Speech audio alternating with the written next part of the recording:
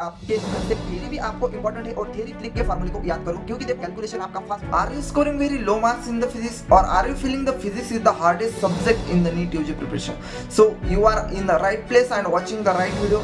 Till the end of this video you will feel the physics is the easiest subject and your confidence in the physics will definitely boost. Welcome to my YouTube channel. Myself Viraj Ghamani. I am a third year MBA student currently studying in GMC Mirrors. तो जब मैं NEET की preparation कर रहा था तब मुझे भी फिजिक्स हार्डेस्ट सब्जेक्ट लगता था. मैंने जब नीट का फर्स्ट अटेम्प्ट दिया तब मेरे फिजिक्स में मार्क्स 70 थे. लेकिन जब मैं सेकंड अटेम्प्ट के लिए ट्राई कर रहा था तब मैंने ऐसे कुछ स्ट्रैटेजी को फॉलो किया जिससे मुझे फिजिक्स हार्डेस्ट से एकदम इजीएस्ट सब्जेक्ट लगने लगा.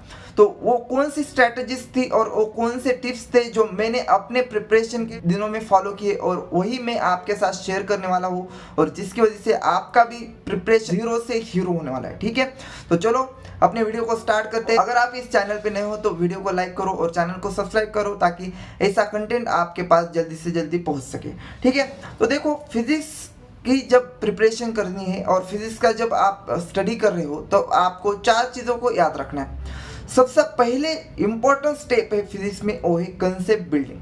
तो अगर आपका कंसेप्ट क्लियर होगा तो भी आप फिजिक्स में अच्छे मार्क्स ला पाओगे. First and most important step ये होता है कि आपके कंसेप्ट क्लियर होने चाहिए. अगर आपका कंसेप्ट क्लियर नहीं होगा तो आपको थोड़ा भी क्वेश्चन में चेंज किया तो आपको क्वेश्चन सॉल्व करने को नहीं आएगा. तो मोस्ट इंपॉर्टेंट ये है कि आप कंसेप्ट बिल्ड करो तो फिर आपको कैसे ही क्वेश्चन पूछा जाए, कैसे घुमा फिरा के क्वेश्चन पूछा जाए, आप उसको सॉल्व जरूर करोगे. ठीक है, सेकंड स्टेप ये आता है कि आपको जो भी आप टॉपिक का रिवीजन करना चाहते हो, अगर सपोज आपका कल एग्जाम है और आपको आज फिजिक्स का कोई टॉपिक पढ़ना है तो उसमें आपको थ्योरी भी जरूर से पढ़नी है. अगर आप थ्योरी पढ़ोगे तो आपको थोड़ा सा कॉन्फिडेंस आएगा और उस चैप्टर के बारे में ओवरऑल आपको एक आइडिया लगेगा कि इस चैप्टर में ऐसा ऐसा है और ऐसा ऐसा होने वाला है. तो थ्योरी भी आपको इम्पॉर्टेंट है और थ्योरी पे 10-15 क्वेश्चन जो होते हैं वो थ्योरी पे होते हैं. तो इसकी वजह से आप थ्योरी पे भी आपको फोकस करना है. ठीक है, अब नेक्स्ट स्टेप आता है कि आपको क्या करना है. एमसीक्यू करने से पहले आपको ये उसके फार्मूले याद कर लेने. अब मैं अपने टाइम पे क्या करता था, फार्मूले लिख लिख के याद कर. स्टिकी नोट्स मिलते हैं मार्केट में, कहीं भी जाओगे तो आपको स्टिकी नोट्स मिलेगी.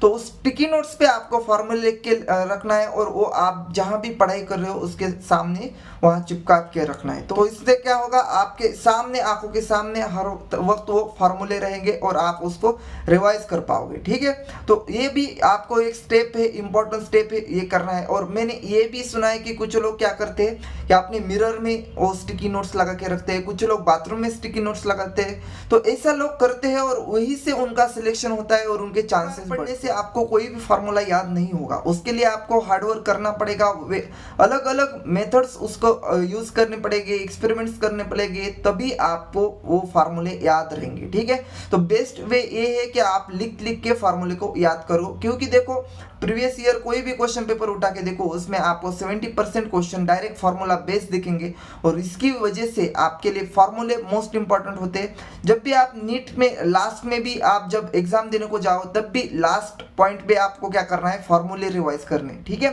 अब फार्मूले के बाद नेक्स्ट स्टेप जो आता है वो है एमसीक्यू लगाना. देखो फिजिक्स में स्टडी क्या होता है, फिजिक्स में स्टडी ये ही है कि आपको ज़्यादा से ज़्यादा एमसीक्यू सॉल्व करने हैं. जितने ज़्यादा एमसीक्यू सॉल्व करोगे उतना ज़्यादा आपका कॉन्फिडेंस बिल्ड होगा. देखो एमसीक्यू कोई एमसीक्यू आपसे सॉल्व नहीं हो पाएगा. फर्स्ट टाइम नहीं होगा, सेकंड टाइम नहीं होगा, थर्ड टाइम नहीं होगा, फोर्थ टाइम में ज़रूर से होगा क्योंकि प्रैक्टिस उसके लिए ज़रूरी है. और जैसे जैसे आप प्रैक्टिस करोगे, अलग अलग टाइप के एमसीक्यू सॉल्व करोगे, तो वैसे आपको क्या एक उसका मेथड पता चलेगा कि उसके क्वेश्चन में से कैसे डाटा निकालना है और कैसे उसको पुट करना है फार्मूले में. तो इसीलिए एमसीक्यू मोस्ट इंपॉर्टेंट होते हैं. आपको बायोलॉजी में ज़्यादा एमसीक्यू सॉल्व नहीं करोगे तो भी चलेगा, केमिस्ट्री में नहीं करोगे तो भी चलेगा क्योंकि वहाँ थ्योरी पार्ट बहुत ज़्यादा है. लेकिन फिजिक्स में इंपॉर्टेंट है कि आपको एमसीक्यू सॉल्व करने हैं. कैलकुलेशन आपका फास्ट होना चाहिए. कैलकुलेशन पे भी आपके बहुत टाइम क्या होता है, कैलकुलेशन में कंज्यूम होता है. तो आपको कैलकुलेशन भी फास्ट करना आना चाहिए. तो उसके लिए प्रैक्टिस करो और एमसीक्यू ज़्यादा से ज़्यादा लगो. अब एमसीक्यू कहाँ से लगाना है, तो देखो मैं जब अपने टाइम पे प्रिपरेशन करता था तब मैं एमटीजी का प्रेफरेंस लेता था क्योंकि उसमें क्या होता था, लिमिटेड एमसीक्यू होते हैं और अलग अलग वैरायटी के एमसीक्यू होते हैं. जो बुक्स होते हैं उनमें बार बार एक ही टाइप के एमसीक्यू वो देते हैं, जैसे कि एररलेस है, एररलेस में बार बार एक ही टाइप के एमसीक्यू उन्होंने रिपीट किए हैं, तो उससे क्या आपकी प्रोडक्टिविटी ज़्यादा नहीं होगी। तो ऐसा कोई बुक प्रीफर करो जिसमें अलग अलग वैरायटी के एमसीक्यू दिए हो और उसका नंबर भी ज़्यादा ना हो, तो उससे आप बोर नहीं होगे। और अगर वैरायटी के होगे तो उसमें मज़ा भी आएगा, कुछ नया पता चलेगा। तो ऐसा ट्राई करो कि एक बेस्ट बुक चुनो जिसमें आपको वैरायटी ऑफ एमसीक्यू मिले। तो मैं मेरे टाइम पे एमटीजी प्रेफर करता था, आप एमटीजी प्रेफर कर सकते हो या कोई और बुक प्रेफर कर सकते हो जिसमें वैरायटी ऑफ एमसीक्यू हो। ठीक है, अब इसके बाद नेक्स्ट ये आपको करना है कि ये होगा एक चैप्टर में आपने उसका कंसेप्ट देख लिया, उसका थ्योरी देख लिया, उसके आपने फॉर्मूले देख लिए। फिर एमसीक्यू लगाते समय एक तो एक कोई भी रेफरेंस बुक यूज करना है, और जो second most important reference book है वो है आपके पीवाईक्यूज। देखो जो नीट का पेपर बनता है वो पीवाईक्यू के ट्रेंड पे ही बनता है। ऐसा नहीं कि उन्होंने जो आपका इलास्टिसिटी है, फिजिक्स में जो इलास्टिसिटी टॉपिक है उसी से 10-12 एमसीक्यू डाल, ऐसा नहीं होगा। जो प्रीवियस ट्रेंड है उसी को वो फॉलो करेंगे, और जो इंपॉर्टेंट टॉपिक है जो उसमें भी इंपॉर्टेंट फॉर्मूले है उसी पे वो एमसीक्यू बनाते हैं। जैसे करंट इलेक्ट्रिसिटी में वोल्टेज वगैरह, इस पे एमसीक्यू बनेगा ही बनेगा। ठीक है, तो ऐसे कुछ इंपॉर्टेंट टॉपिक्स होते हैं जिस पे एमसीक्यू बनना ही है, तो वो उसके लिए आपको प्रीवियस ईयर क्वेश्चन पेपर देखना चाहिए।